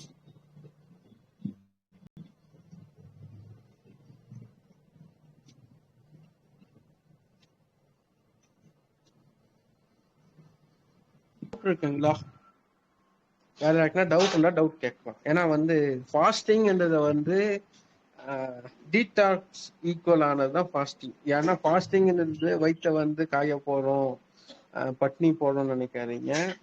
உணவு முறை மாற்றம் கொண்டு வந்தாலே இருக்கிற எல்லா பிரச்சனைக்கும் சொல்யூஷன் உண்டு. ஏ டு Z எல்லா பிரச்சனைக்கும் தலையில இருந்து பார்த்த வரைக்கும் இருக்கிற அனைத்து பிரச்சனைக்குமே உணவு மட்டுமே காரணம். நீங்க ஃபாஸ்டிங் அப்படின்றத வந்து ட்ரை ஃபாஸ்டிங் இருக்கு, இன்டர்மீடியட் ஃபாஸ்டிங் இருக்கு, வாட்டர் ஃபாஸ்டிங் இருக்கிற ஃபாஸ்டிங்க எல்லாமே சொல்லிட்டே போகலாம். ஒரே விஷயம், இப்ப நான் சொன்னதே வந்து வெறும் குறிப்பிட்ட ஒரு சில ஃபாஸ்டிங் முறைகள் தான். இதுல இன்னும் பலவிதமான இன்டெப்த் ஃபாஸ்டிங் மெத்தட்ஸ் இருக்கு. இப்போ இன்டர்மீடியட் ஃபாஸ்டிங்னா இத்தனை மணில இருந்து இத்தனை மணிக்குள்ளதான் சாப்பிடணும், இந்த மாதிரி உணவு தான் எடுத்துக்கணுங்கிற மாதிரி எல்லாம் இன்னும் ஆழமா நம்ம போக போக போக பலவிதமான புரிதல்கள் வரும். என்னுடைய இன்டென்ஷன் நான் சொல்ல வர்றது என்னன்னா, நம்ம உடம்புக்கு எந்த விதமான விரத முறை சரியா இருக்கு, அது இருந்தோம்னா நம்மளுடைய செரிமானம் ஆற்றல் வந்து நமக்கு கொஞ்சம் கட்டுப்படும், நமக்கு வந்து அது மற்ற வேலைகளுக்கு அது உபயோகப்படும் அப்படிங்கிறத நம்ம புரிஞ்சு நம்ம செய்யறது சரியா இருக்கும். நான் எல்லா விதமான ஃபாஸ்டிங் முறைகளும் நான் கடைபிடிச்சிருக்கேன். இப்போ சமீபமா நான் ட்ரை ஃபாஸ்டிங் 28 நாள் இருந்தேன். ஜனவரி மாதம் ஆரம்பிச்சு பிப்ரவரி மாதம் முடிகிற வரைக்கும் 28 நாள் நான் ட்ரை ஃபாஸ்டிங் இருந்தேன். அதாவது மாலை 6 மணிக்கு மட்டும் நான் உணவு சாப்பிடுவேன். நான் தூங்கி எழுந்தது, அதாவது ட்ரை ஃபாஸ்டிங் சொல்லும் போது என்ன சொல்லுவாங்கன்னா, காலையில சூரிய உதயத்துக்கு முன்னாடி நம்ம சாப்பிட்டுக்கலாம்னு சொல்லுவாங்க. எனக்கு எப்பவுமே அப்படி சாப்பிட்டு பழக்கம் இல்லை அப்படிங்கறதுனால என்னால வந்து அப்ப சாப்பிட முடியாது, பசி எடுக்காது. நான் நைட்டு 9 மணிக்கு ஒரு உணவு சாப்பிட்டேன்னா அதோட மறுநாள் 6 மணிக்கு தான் நான் அடுத்த உணவை நான் எடுத்திருக்கேன். தண்ணியும் குடிக்காம இருந்திருக்கேன். என்னால 40 நாள் இருக்க முடிஞ்சது. போன வருஷம் 40 நாள் இருந்தேன். இந்த வருஷம் எனக்கு வேற ஒரு காரணத்தினால நான் அதை சீக்கிரம் முடிக்கக்கூடிய சூழல் வந்ததால 28 நாள் இருந்து நான் முடிச்சிருக்கேன். அது வந்து என்னன்னா, நான் பலவித ஃபாஸ்டிங் வச்சு பார்த்துட்டேன். ஃப்ரூட் ஃபாஸ்டிங் வச்சு பார்த்தேன், வாட்டர் ஃபாஸ்டிங் வச்சு பார்த்துட்டேன், இன்டர்மீடியன்ட்டும் ட்ரை பண்ணி எனக்கு இது செட் ஆகுது. உடனடியான அந்த ரிசல்ட்னு சொல்லுவோம் இல்லைங்களா, அந்த இது எனக்கு வந்து நல்லாவே தெரிஞ்சதுனால எனக்கு இது ஏற்ற ஒரு ஃபாஸ்டிங் முறையா நான் ஃபாலோ பண்ணேன். அதே என்னுடைய ஃப்ரெண்டு ஒருத்தவங்க இருக்காங்க, அவங்க இன்டர்மீடியன்ட் ஃபாஸ்டிங் அவங்களுக்கு ரொம்ப பெஸ்ட். மத்தியானம் ஒரு வேளை மட்டும் உணவு எடுத்துப்பாங்க. நல்ல ஒரு ஃபுல்ஃபில்டான உணவு, அவங்களுக்கு என்ன பிடிக்குமோ நல்ல ஒரு எப்படி சொல்லுவோம், இப்ப நம்ம விருந்து மாதிரி நம்ம சாப்பிடுறோம் இல்லைங்களா, ஒரு கல்யாணத்துலயோ ஒரு ஃபங்க்ஷன்லயோ சாப்பிடுற மாதிரி அவங்க என்னெல்லாம் பிடிக்குமோ எல்லாத்தையும் ஒரே வேலையில ஒரே நேரத்துல அளவா கொஞ்சம் கொஞ்சமா எல்லாத்தையும் அளவா வச்சு சாப்பிட்டு ஒரு திருப்தியான ஒரு ஃபாஸ்டிங் அவங்க இருக்காங்க. அது அவங்களுடைய உடலுக்கும் அவங்களுடைய வேலை ஒர்க் நேச்சருக்கும் அவங்களுக்கு அது சரியா இருக்கு. அந்த மாதிரி ஒருத்தருடைய உடல் தேவைக்கு ஏற்ற மாதிரி ஃபாஸ்டிங் வந்து கட்டாயமா இருக்கும். அதை நம்ம தான் தேர்ந்தெடுத்து நம்ம ஃபாலோ பண்ணணும். ஆனா ஆரம்பிக்கும் போது ஒரு 2 நாள் 3 நாள் அப்படிங்கறது ஆரம்பிச்சீங்கனாலே நல்ல டிஃபரன்ஸ் உங்களுக்கு தெரிய ஆரம்பிக்கும். அதுக்கப்புறம் ஆட்டோமேட்டிக்கா நம்ம வந்து அது மேல ஒரு ஈர்ப்பு நமக்கு உருவாகி, என்னன்னா இப்ப நம்ம திடீர்னு ஒரு 2 நாள் நம்ம கொஞ்சம் சாப்பிடாம இருந்தாலும் 3வது நாள் நமக்கு அப்படி ஒரு எனர்ஜி கிடைக்கிற மாதிரி இருக்கும். அடுத்தது நான் ட்ரை ஃபாஸ்டிங் அப்ப என்னோட அனுபவம் என்னன்னா, காலையில எழுந்ததுல இருந்தே எனக்கு எந்த வேலையுமே இருக்காது. சாப்பிடுற வேலை இருந்ததுன்னா காலையில ஒரு முறை, மத்தியானம் ஒரு முறை, நடுவுல டீ 2 முறைன்னும் போது 4 வேளை நம்ம சாப்பிடறதுக்கு நம்ம செய்யக்கூடிய அந்த டைம் ஸ்பெண்ட் பண்றோம் இல்லைங்களா, சாப்பிடணும்னு நினைக்கிறது சாப்பிடுறது அந்த வேலையே நமக்கு இல்லை, அந்த சிந்தனையே நமக்கு இல்லைன்னு போது அந்த முழு நாள் நமக்கு மற்ற பணிகள் எல்லாத்தையும் நம்ம வேகமா முடிக்கிறதுக்கான ஒரு ஆற்றலை நம்ம உடம்புக்கு கொடுக்குது. நம்ம நான் 5 மணி வரைக்கும் நான் வேலை கண்டினியூஸா நான் பண்ணுவேன். என்னென்ன பெண்டிங் ஒர்க் இருக்கோ எல்லாமே நேரத்துல என்னால செய்ய முடியும். இப்ப சாப்பிட்டோம்னா கட்டாயமா ஒரு மயக்கம் வரும், ஒரு என்ன சொல்றது, ஒரு ரெஸ்ட் எடுக்கணும்ன்ற எண்ணம் தோணும் நமக்கு சாப்பிட்டு முடிச்சுட்டு. அதுக்கு சாப்பிட ஒரு 1/2 மணி நேரம், அந்த ரெஸ்ட்டுக்கு ஒரு 1 மணி நேரம் அப்படின்னா அதுல ஒரு 2 மணி நேரம் போயிடும். இதே மாதிரி ஒரு முறையும் நம்ம போய் பிரேக்ஃபாஸ்ட்க்கு ஒரு முறை, லஞ்சுக்கு ஒரு முறை, ஈவினிங் ஸ்நாக்ஸ்க்கு ஒரு முறைன்னு போயிட்டு வரும்போதே நம்மளோட நேரம் வந்து முழுமையா என்ன சொல்றது ஒரு 8 மணி நேரத்துல ஒரு 4 மணி நேரம் அதுக்கே செலவாகிற மாதிரி இருக்கு. இந்த மாதிரி இருக்கும்பொழுது நமக்கு முழுமையா மனம் ஒருநிலைப்படும். இன்னும் முக்கியமான விஷயம் நான் சொல்லுவோம் அப்படின்னா, மனம் வந்து ஒருநிலைப்படும், அமைதியாகும் நம்ம ஃபாஸ்டிங் இருக்கிற சமயத்துல. ஏன்னா நம்மள அறியாம நம்ம உடம்பு வந்து நம்ம மனசுக்கு சொல்லும், நீ தேவையில்லாம எதையாவது யோசிச்சு எனர்ஜியை லாஸ் பண்ணிடாத அப்படின்னு சொல்லிட்டு. அப்ப என்ன ஆகும்னா மனமும் சேர்ந்து அமைதி போகும், நமக்கு கோவம் வராது. கோவப்பட்டா எனர்ஜி லாஸ், கத்தனா எனர்ஜி லாஸ், பேசினா எனர்ஜி லாஸ். அது எல்லாமே நம்ம உடம்புக்கும் மனசுக்கும் நல்லா தெரியும். அதனால அது என்ன பண்ணும்னா அந்த நேரத்துல நம்ம பேச்சை குறைச்சிப்போம், நம்ம கோவப்படுறத குறைச்சிப்போம், நம்ம வந்து என்ன சொல்றது வேற அன்வான்ட் திங்கிங் வந்து நமக்கு குறைஞ்சு போயிட்டு நம்ம அமைதியா ஒரு நிதானமான சூழல் நம்ம இருக்கக்கூடிய. எனக்கு வீட்டுல கிண்டல் கூட பண்ணிருக்காங்க, என்ன இன்னைக்கு ரொம்ப அமைதியா இருக்கீங்க, நீங்க ஃபாஸ்டிங் இருக்கீங்களா அப்படின்லாம் கூட கிண்டல் பண்ணிருக்காங்க. அந்த அளவுக்கு நம்ம ஒரு அமைதி தன்மை நம்ம மனதுக்கும் ஏற்படுது. அந்த சமநிலை, மனச்சமநிலை, ஒருநிலை. நான் ஒரு 28 days வாய்ஸ் பிரேக் ஆகுதுங்க சார்.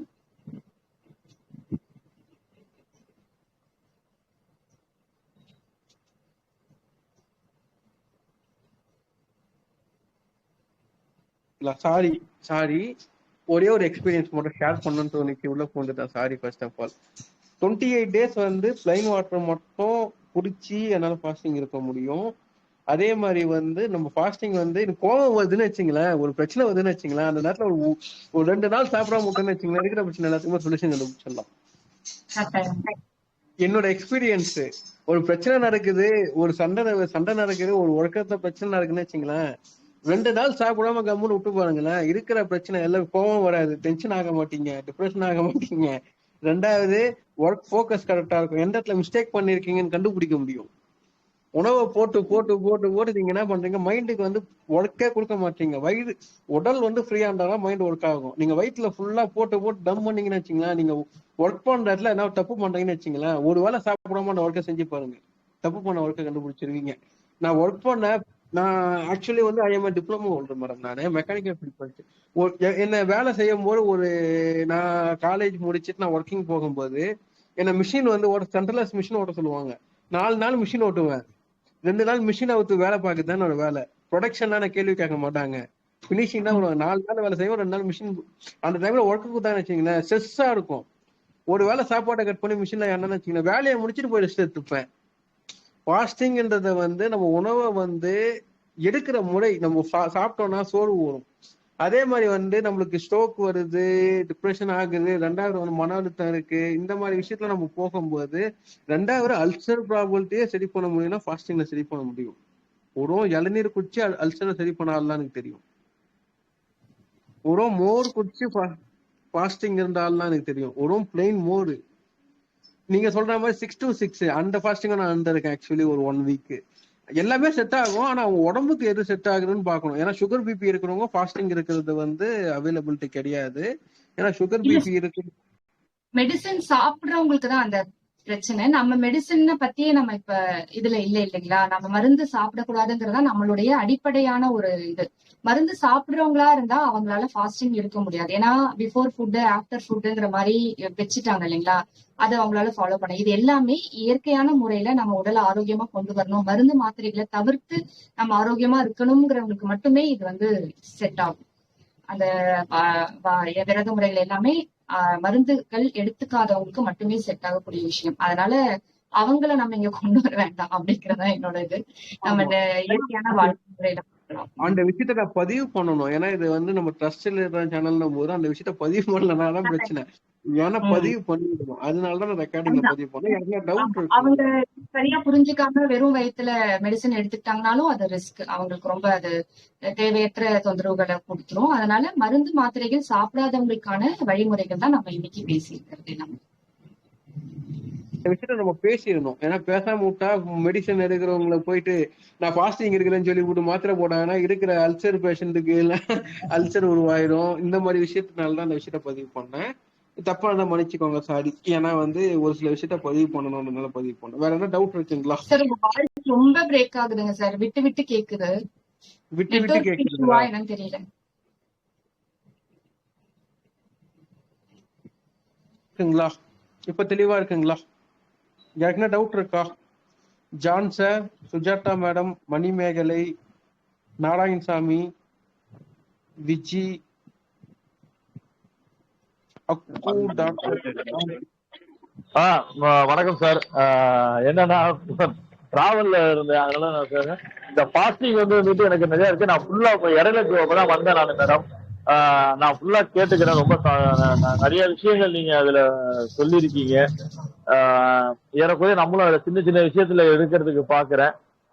ஆனா இத உணவே மருந்து அந்த மருத்துவ ரீதியா என்னங்கறத கொஞ்சம் நம்ம நான் ப்ராக்டிஸ் பண்ணி பார்த்தா நல்லா இருக்குங்கிறதுக்கு எனக்கு ஃபீல் பண்றேன். நிச்சயமா அதுல ஏதாவது ஒரு இது செஞ்சு பாக்குறேன் மேடம். பார்த்து ரொம்ப தேங்க்ஸ். நிறைய விஷயங்கள் சொல்லியிருக்கீங்க. நன்றி madam. Thank you sir. Sir Rathinamani sir, Vijayakumar நீங்க பேசலாம். Sivakumar, sorry Vijayakumar Sivakumar sir. Madam கேக்குதுங்களா? மேடம் கேக்குதா? வெயிட் பண்ணுங்க, உங்க போன் கால் வந்திருக்கு.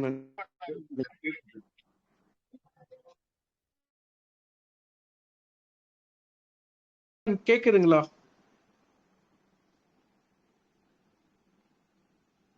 பிரியா மேடம் மியூட் ஓபன் பண்ணுங்கப்பா. பிரியா மேடம் மியூட் ஓபன் பண்ணுங்க. கொஷின் மேடத்திட்ட இருக்காங்க மேடம். மியூட் ஓபன் பண்ணுங்க. பிரியா மேடம் கேக்குதுங்களா? வெயிட் பண்ணுங்க சார், அவங்க லைனுக்கு போயிட்டு வந்து வெயிட் பண்ணுங்க. Okay okay, thank you sir. Madam கேக்குதுங்களா? பிரியா மேடம் மியூட் ஓபன் பண்ணுங்கப்பா. கேமரா ஆன் பண்ணுங்க.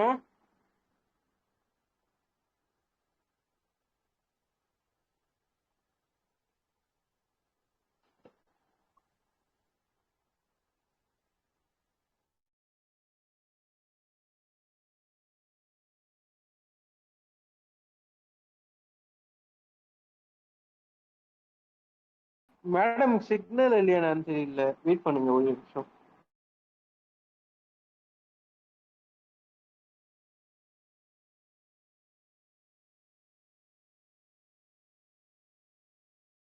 வெயிட் பண்ணுங்க.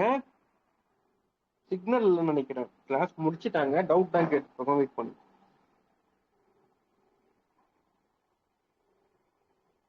சரி, ஓகே, தேங்க்யூ. அவங்களுக்கு சிக்னல் ஏதோ சம்திங் எரரா இருக்கு, நம்ம முடிச்சுக்கலாம். ரெக்கார்டிங் ஆஃப் பண்ணிக்கிறேன். தேங்க்யூ, ரொம்ப ரொம்ப நன்றி. தேங்க்யூ.